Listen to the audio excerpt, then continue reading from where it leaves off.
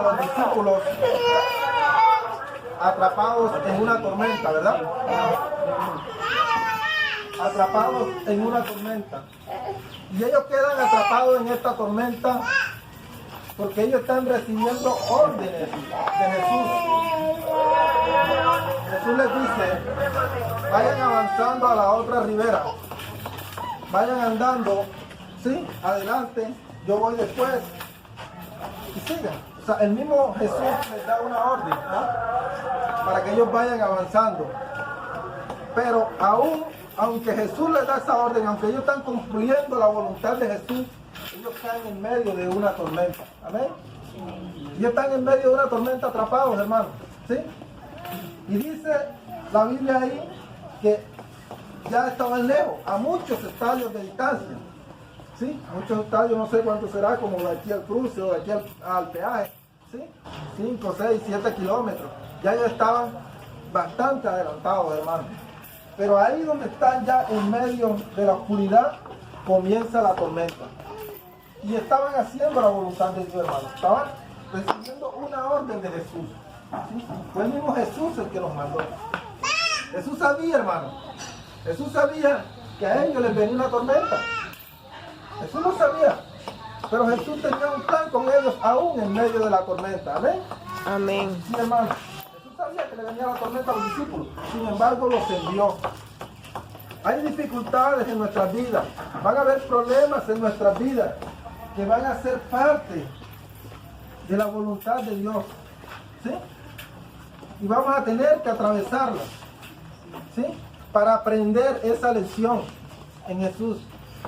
Vamos a tener que atravesar la tormenta en este y en momentos para aprender o ver qué Jesús nos quiere enseñar. Amén. ¿Sí? Porque a veces confundimos, hermanos, y pensamos que porque estamos pasando la tormenta estamos en pecado. Hermano, ¿qué habré hecho yo que estoy pasando esto? ¿En qué habré fallado, Señor? Pero a veces Dios permite estas cosas, hermano, para que empecemos a confiar en Él, para que veamos qué nos quiere enseñar a Él por medio de esa dificultad, de ese problema. ¿Sí? Y vamos a echar una mirada a Jesús en este pasaje. Y también vamos a echar una mirada a sus discípulos, ¿verdad? Dice el capítulo 22 y 23. Enseguida Jesús hizo a sus discípulos entrar en la barca e ir delante de él a la otra ribera, entre tanto que él despedía a la multitud. ¿Qué pasó en eso, hermano? Jesús venía de un largo día de trajín, ¿verdad? Venía de hacer, si usted lee el capítulo, al comienzo del capítulo, él venía de hacer un gran milagro, hermano. Él venía de alimentar una multitud con 5 panes y 2 peces, hermano. Él venía a hacer un milagro, y no era cualquier milagro, hermano, porque alimentar 5,000 hombres, sin contar las mujeres y los niños, con solamente 2 peces y 5 panes no es cualquier milagro, hermano. Era un gran milagro del que venía de realizar Jesús. Esto requiere de una logística, hermano. Usted sabe lo que es alimentar 5,000 personas. Como humano, Jesús, porque estaba en un cuerpo humano, debía estar cansado ya al final del día. Sí, debía estar agotado, hermano. ¿Sí? Si a veces de pronto, ¿cuánto demoró de pronto la alcaldía para repartir unos cuantos mercados, hermano? ¿Sí? Porque eso requiere de una logística, ¿verdad? Cuando las hermanas empiezan a hacer carne aquí donde el hermano Juan David, donde el pastor, ¿cuántas horas demoran para hacer 60, 70 carnes? Y ahora Jesús estaba alimentando 5,000 hombres, sin contar mujeres y niños. O sea, estamos hablando más o menos como de 10,000 personas si contamos a las mujeres o a los niños. ¿Sí? Alimentarlos, hermanos. Eso requiere una logística. Jesús estaba cansado, ¿verdad? Jesús estaba agotado como humano. ¿Sí? ¿Sí? De pronto estaba cansado, hermano. ¿Sí? Porque imagínense, y si es gente complicada que de pronto quiere comer 2 veces o que miércoles este pan no me gustó, o este pescado no, yo lo quería guisado y me lo dieron en viuda. ¿Sí? Esto requiere, hermano, requiere. No es fácil lidiar con 5,000 hombres para darle de comer, no es fácil. De pronto Jesús estaba agotado ya al final del día. Era un milagro que él había hecho grande, hermano. Él no quería despedir la multitud sin que se fueran llenas, ¿sí?, de algo de comer. Él no quería despedirlos así.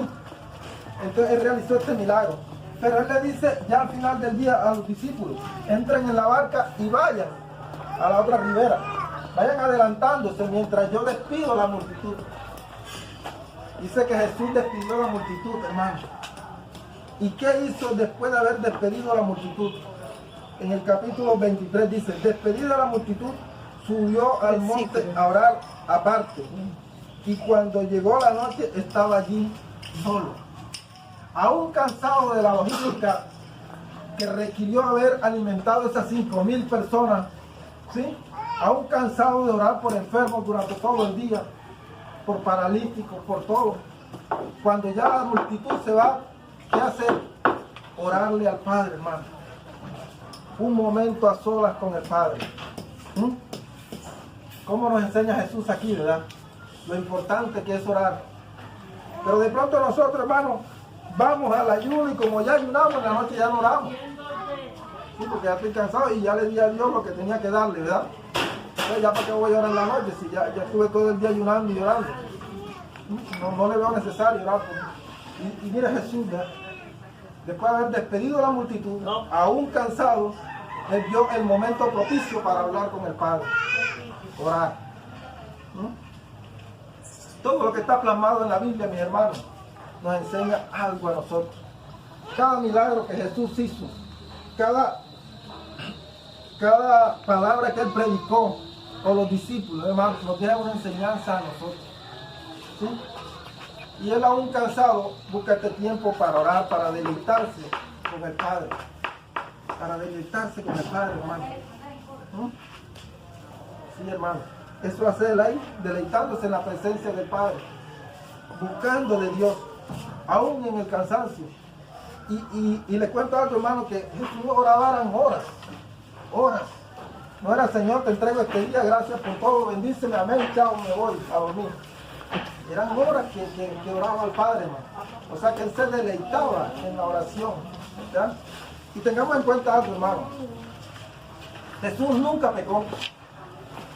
Jesús nunca pecó. Eso quiere decir que hubieron cargas que nosotros tenemos que Jesús de pronto nunca las experimentó. Porque Él nunca tuvo pecado. ¿Cierto? Nosotros vamos a la presencia de Dios porque le fallamos. Y oramos de pronto porque le pedimos perdón porque mentimos. Jesús nunca mintió. ¿Sí? Nos arrodillamos delante de Dios y le pedimos perdón porque fornicamos. Jesús nunca fornicó. Le pedimos perdón a Dios porque calumniamos al hermano. Jesús nunca lo hizo. Y aún así, Jesús oraba al Padre. ¿Cuánto más nosotros, hermano? ¿Cuánto más nosotros? ¿Verdad? Tenemos que orarle a nuestro Padre Celestial. ¿Cuánto más tenemos que buscar esa oración? Tenemos muchos más motivos todavía, hermano. Sin embargo, no lo hacemos. O lo hacemos a media ahí sin zapatos. ¿Sí? Lo hacemos ahí como entrecortado, como intermitentemente. Oramos una vez al día y ya no es suficiente. Ya es suficiente. Ya con eso tengo para agradar a Dios todo el día. Hasta el otro día. 24 horas. Y aún así Jesús, de cansado, Él se deleita en la oración al Padre. Pero mientras Él está deleitándose en la oración, mientras Él está ahí solo, con el Padre ahí, concentrado, hablándole al Padre, los discípulos están en medio del mar con tremenda tormenta, ¿verdad? Con tremenda tormenta, hermano. Mientras Él está ahí deleitándose con el Padre, mientras Él está ahí concentrado en la oración, los discípulos están en una gran tormenta en el mar. Dice el verso 24. Y ya la barca estaba en medio del mar, azotada por las olas, porque el viento era contrario. Mientras Jesús se deleitaba en la presencia del Padre, sus discípulos estaban apurados allá, hermano. Estaban pasando una tormenta. Estaban viviendo momentos de dificultad. No sabían qué hacer con el viento porque el viento era contrario. ¿Cuántas veces nosotros, verdad, no vemos que el viento en nuestra vida es como contrario, verdad? ¿Sí? es como contrario. Vemos que todo está como en contra. Si remas hacia adelante, las cosas se te ponen en contra. Si remas hacia atrás, las cosas se te ponen en contra. Si remas hacia los lados, todo está en contra. Y estás como ahí, como en un remolino. Y sientes que todo está como en contra tuya, ¿verdad? Muchas veces nos pasa a nosotros también, hermano. ¿Cuántas veces de pronto estamos enojados con nuestra esposa o con nuestros hijos y queremos arreglar las cosas con nuestros hijos, o algo irrumpe, se forma otro problema, hermano, o se forma otro problema con el esposo o con la esposa o con el vecino? Y parece que el viento fuera contrario, hermano. Todo está como en contra de nosotros, ¿sí? Todo está como en contra de nosotros. Estamos como ahí, como en un remolino, ¿sí? Pero aún así, hermano, Jesús no se ha olvidado de nosotros. Jesús no llega ni tarde ni temprano, hermano. Jesús llega al momento justo. Dice la palabra que muchas son las aflicciones del justo, pero que de todas ellas Jehová le librará, hermano. De todas ellas Jehová le librará. Dice, mas a la cuarta vigilia de la noche Jesús vino a ellos andando sobre el mar. Sobre el mar. Y los discípulos, viéndole andar sobre el mar, se turbaron, diciendo, un fantasma, y dieron voces de miedo. ¿Sí? Ahora, Jesús llama la atención que Jesús es el que va a ellos, ¿verdad? Jesús tomó la iniciativa de ir a ellos. Jesús siempre toma la iniciativa de venir a nosotros, hermanos. Siempre toma la iniciativa. Y como les decía ahorita, no es que llegue tarde, ni llegue temprano, llega en el momento justo a socorrernos. Ahora Jesús toma la iniciativa de ir donde ellos. Pero ellos cuando ven a Jesús se turban. ¿Sí?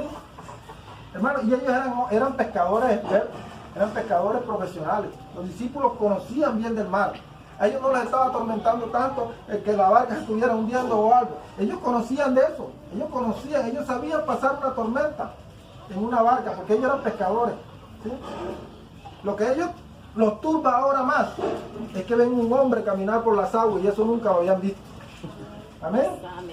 Por eso se turbaron más, hermano, y empezaron a gritar, un fantasma. Un fantasma, hermano, empezaron a dar voces, ¿verdad? Se turbaron, porque ellos nunca habían visto a un hombre caminar por las aguas. Y lo estaban viendo. Y en una tormenta, ¿verdad? Lo estaban viendo, hermano. Sí, lo estaban viendo. Y dice, pero enseguida Jesús les habló diciendo, tened ánimo, yo soy, no teman. ¿Sí? Jesús supo mirar en ellos el problema. Jesús es el médico por excelencia, hermano. Jesús es el médico por excelencia. ¿Cuándo reconoce usted, hermana Adriana, que un médico es bueno? ¿Cierto? Cuando ve que la evidencia de que... Correcto. Cuando ve que lo que le formula le hizo efecto, ¿verdad? En su organismo, ¿verdad? Y la sanó, ¿verdad? Así reconocemos nosotros, ¿verdad? ¿Y qué hizo Jesús como buen médico? Reconoció el problema. Reconoció que ellos tenían miedo, ¿verdad? Reconoció que ellos estaban turbados. ¿Sí? Reconoció. Y enseguida les recetó, hermano, como buen médico. ¿Y qué fue lo que les recetó? Les habló. Les habló, dice Jesús, pero enseguida Jesús les habló. Eso fue lo que hizo Jesús, hablarle. Y eso hasta hoy no ha cambiado, hermano. Jesús nos sigue hablando por medio de su palabra. Jesús nos sigue hablando. Hasta el día de hoy Jesús nos sigue hablando por medio de su palabra. Eso no ha cambiado todavía. ¿Sí? Lo que pasa es que tenemos que escuchar más su palabra y hablar menos nosotros. Y escuchar más su voz. Pero a veces nos turbamos y no escuchamos la voz de Jesús. No escuchamos que ya lo tenemos cerca. ¿Sí? Nos turbamos. ¿Y qué les dijo, hermano? ¿Qué fue lo que le recetó entonces? Ten ánimo. Les dio ánimo, hermano. Tened ánimo. ¿Sí? Enseguida le dio ánimo. Y es una de las frases que Jesús más usa en el Nuevo Testamento. Cuando le trajeron al paralítico, que lo subieron por el techo, y lo bajaron ahí delante de él en la camilla, él le dijo al paralítico, anímate, tus pecados te son perdonados. Primero le dio ánimo, hermano. La mujer Amén. del flujo de sangre, hermano, que tenía 12 años de estar con el flujo de sangre. Ella dice, si al menos yo tocar el manto de Jesús, seré salva. ¿Sí? Jesús iba pasando. Ella no dijo, Jesús, ven a mi casa y sálvame. No, siquiera yo tocar el manto y seré salva. Y Jesús se detiene y le dice, ten ánimo, tu fe te ha sanado. Jesús le dio ánimo también a esta mujer, hermano. Y es lo que Jesús hace aquí. Amén. Con estos discípulos que están en medio de la tormenta, que están en una tormenta, que están pasando por un momento difícil. Les dice, tengan ánimo, yo estoy aquí. Sí, le dice, tened ánimo, yo soy. Yo soy. ¿Quién es Jesús? Emmanuel, hermano. Yo con nosotros. Él siempre está con nosotros, hermano. Él siempre está con nosotros. ¿Sí? Allá en el capítulo de Éxodo 3, 14, él dice, dile al faraón, le dice a Moisés, dile que te ha enviado yo soy el que soy. Él es Jesús, hermano. Jesús es Emmanuel. Jesús es Dios con nosotros. Él siempre está con nosotros. Siempre. Él no nos abandona, hermano. Él está ahí. Él está ahí. Entonces, les dijo, tengan ánimo, yo soy. Y les dijo, no teman. No teman.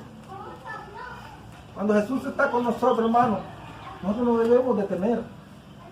¿Sí? Cuando nosotros realmente estamos siguiendo el camino de Jesús, no importa el problema, no importa la dificultad, no importa, hermano, por más grande que sea, Jesús está con nosotros.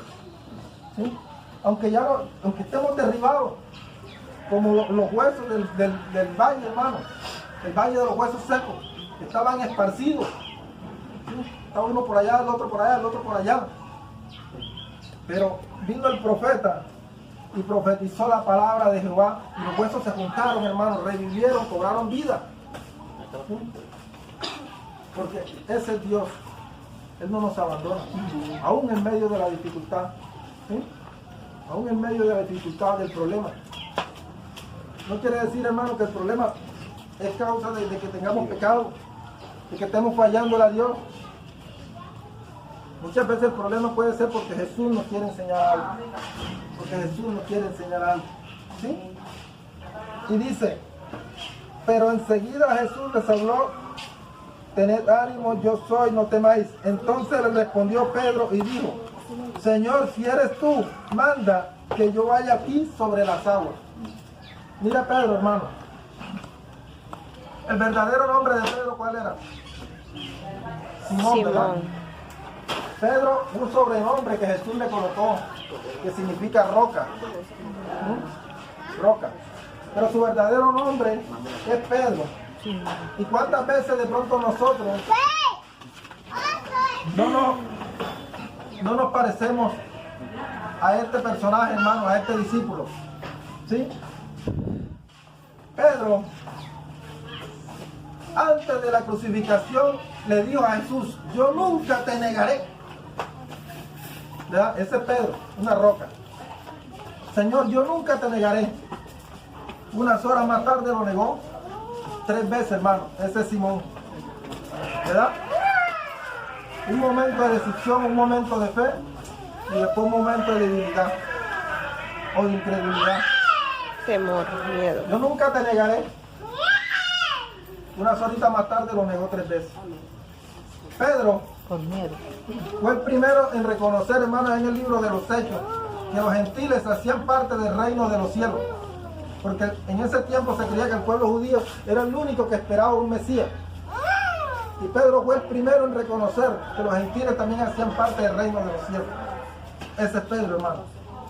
Pero unos capítulos más adelante, él mismo se rehúsa a comer con los gentiles por miedo a los judíos. Ese es Simón, hermano. Fue tan grande que él se rehusó que Pablo tuvo que intervenir, porque él se rehusaba a comer con los gentiles. Ese es Simón. Ahora, él le está dando órdenes a Jesús. Dice, si tú eres el Hijo de Dios, o si tú eres Jesús, haz que yo vaya a donde estás tú. Y Jesús le dice, ven. Ahora Pedro tiene el control. Ahora Pedro es el que tiene el control, dirigiendo, dándole orden a Jesús. Y Jesús le dice, ven. Y él sale de la barca y empieza a caminar hacia Jesús. Él tiene la mirada puesta en Jesús. Ese es Pedro, ¿sí? Pero llega un momento en que se descuida y ve las olas y todo eso y se empieza a hundir. Ese es Simón. Ese es Simón. ¿Cierto? ¿Cuántas veces nosotros no somos así? Estamos aquí y decimos, Señor, no voy más, marcha atrás. Señor, estoy lleno de tu espíritu. Señor, ayúdame a perseverar. Pero llegamos a la casa y encontramos inconvenientes y decías, más chico, paramos. Y no voy más para la iglesia. No, yo no voy a congregar más. Las cosas siempre me salen al revés. Siempre que trato de buscar de Dios, las cosas me salen al revés. Y hasta ahí llego. Estamos así en la iglesia y cuando llegamos a la casa nos bajamos así. Tenemos como esa personalidad de Pedro y Simón. Santo. ¿Verdad? Deberíamos a veces tener dos nombres. Sí, hermano. Mientras estuvo la mirada de Jesús, él pudo caminar sobre las aguas. Pero mientras apartó la mirada de Jesús, se hundió. Se comenzó a hundir, hermano. Amén. Amén. Se comenzó a hundir. Se comenzó a hundir ahí. Pero me llama mucho la atención, hermano, que en el capítulo 27 dice, no, perdón, en el capítulo 29 dice, pero al ver el fuerte viento, tuvo miedo y comenzando a hundirse, dio voces diciendo, Señor, sálvame. Señor, sálvame.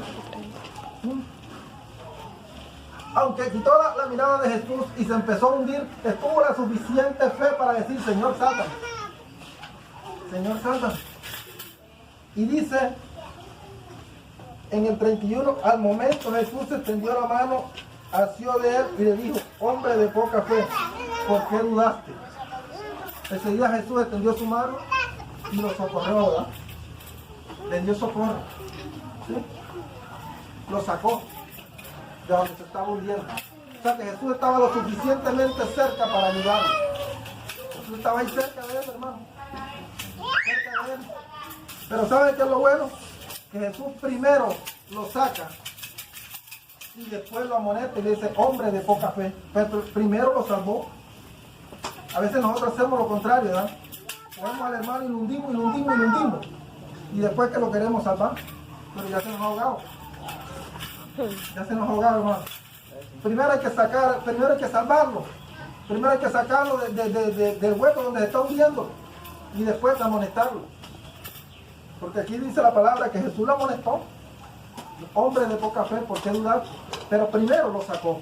Primero lo ayudó. Primero le extendió su mano. Pero muchas veces hacemos lo contrario. Primero hundimos.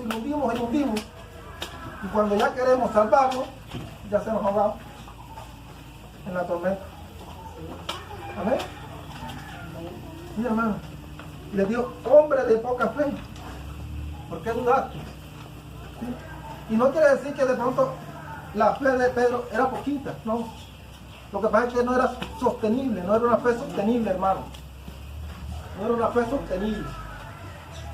No era una fe para él sostenerse, porque bajaba y subía.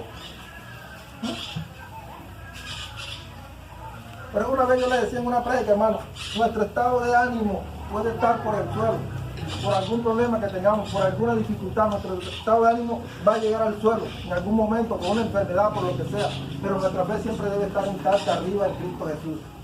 Amén. Siempre nuestra fe debe estar arriba, hermano. Aunque nuestro estado de ánimo esté por el suelo, nuestra fe debe estar intacta en Jesús. Amén. Nuestra fe no puede estar así, hermano, subiendo y bajando. Nuestro estado de ánimo puede subir y bajar, pero nuestra fe debe estar siempre arriba, hermano. Siempre arriba en Jesús. ¿Sí? Siempre arriba. Y él le dice, hombre de poca fe, ¿por qué dudaste? Y aún Jesús no había todavía calmado el viento, hermano. Todavía todo esto fue en medio de la tormenta. Todavía la tormenta estaba. Dice el 32. Y cuando ellos subieron a la barca, se calmó el viento. Ahora es que Jesús calma el viento. Ahora fue que Jesús calma el viento. Y de pronto nos preguntamos, ¿verdad? ¿Y por qué no calmó Jesús este viento desde el principio? Desde que empezó a caminar por las aguas. Porque Jesús quería que ellos aprendieran la lección, ¿verdad? Porque Jesús quería que ellos aprendieran a confiar en Él. Eso es lo que quiere Jesús, hermano. Eso es lo que quiere Dios con nosotros. Que nosotros aprendamos a confiar en Él. ¿Sí? Que nosotros aprendamos a confiar en Jesús. Que lo conozcamos lo suficiente, hermano. Que lo conozcamos lo suficiente. Dice en el capítulo 32. Entonces los que estaban en la barca vinieron y la adoraron diciendo, verdaderamente eres hijo de Dios. Hermano, horas antes Jesús había hecho un gran milagro de alimentar a 5,000 hombres, sin contar mujeres y niños, con 2 peces y 5 panes. Y aún ellos todavía no creen que es el Hijo de Dios.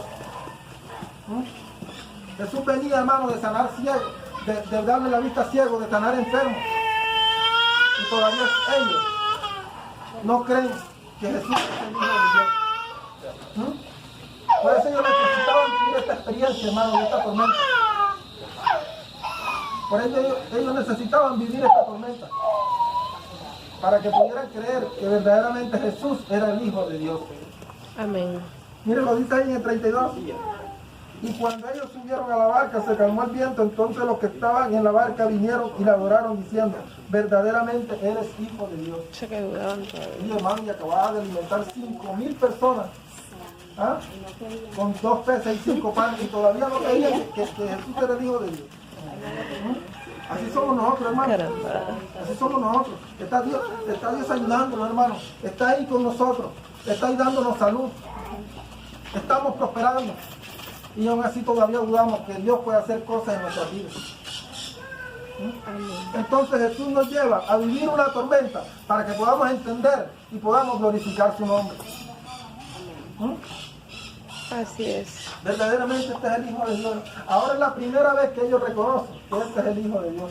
Lo había reconocido el Padre cuando el bautismo de Jesús, que llegó en forma de paloma y se escuchó la voz que decía, este es mi Hijo amado, en quien tengo complacencia, ¿verdad? El Padre lo había reconocido como su Hijo.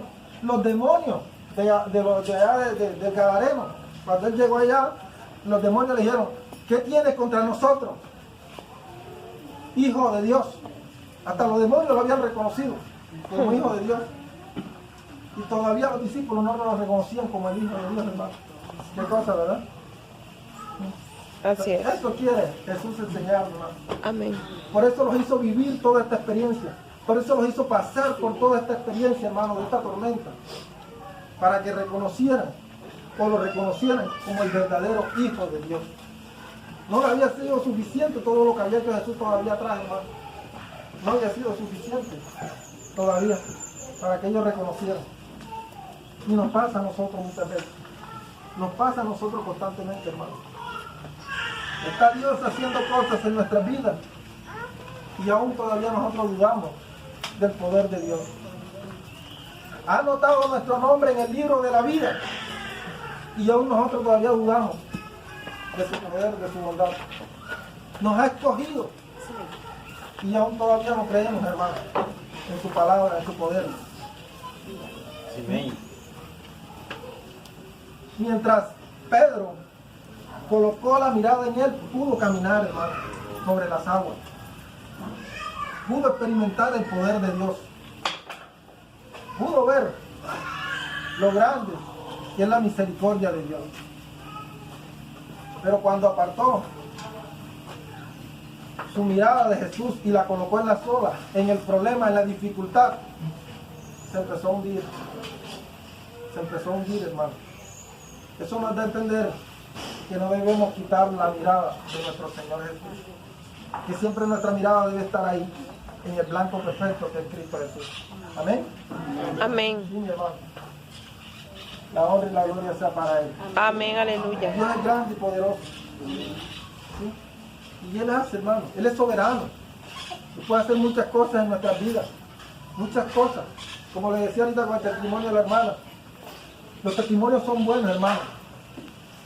Porque eso nos da a entender que Jesús, que Dios puede hacer muchas cosas en nuestra vida. a la manera de Él, pero la hará. La hará, hermano. La hará. ¿Sí? Lo hará. Dios dijo que iba a bendecir al hermano de él y lo va a bendecir. Lo va a bendecir de la manera que Él quiera. ¿Sí?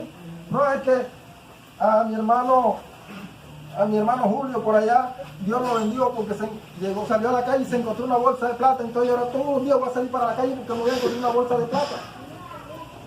No, hermano, también lo va a bendecir, pero de otra manera. De otra manera. Porque como les decía ahorita, todos los milagros de Jesús no fueron iguales. No los hizo de la misma manera, pero los hizo. A muchos ciegos les devolvió la vista, pero no de la misma manera. No de la misma manera, pero lo hizo. O sea, los testimonios llevan a eso, a inspirarnos de que Dios puede hacerlo con nosotros. ¿Sí? Pero de pronto no de la misma manera que lo hizo con el hermano. Porque Él es soberano, hermano. Amén. Él es soberano. Lo que pasa es que nosotros queremos que Dios sea así, que lo haga así, de la manera que yo quiero. Y Dios no trabaja así. Amén. Amén. Sí, mi hermano. Entonces, eso, Él quería que sus discípulos vivieran esa tormenta. Él quería que ellos pasaran esa tormenta. Él no llegó tarde a la barca. Él llegó en el momento justo. ¿Sí? Él llegó en el momento justo, hermano. Él le recetó palabra de ánimo. ¿Sí? Él le recetó palabra de fe. ¿Sí? Él quería que ellos vivieran esa experiencia para que ellos lo pudieran reconocer como el Hijo único de Dios, como el Todopoderoso.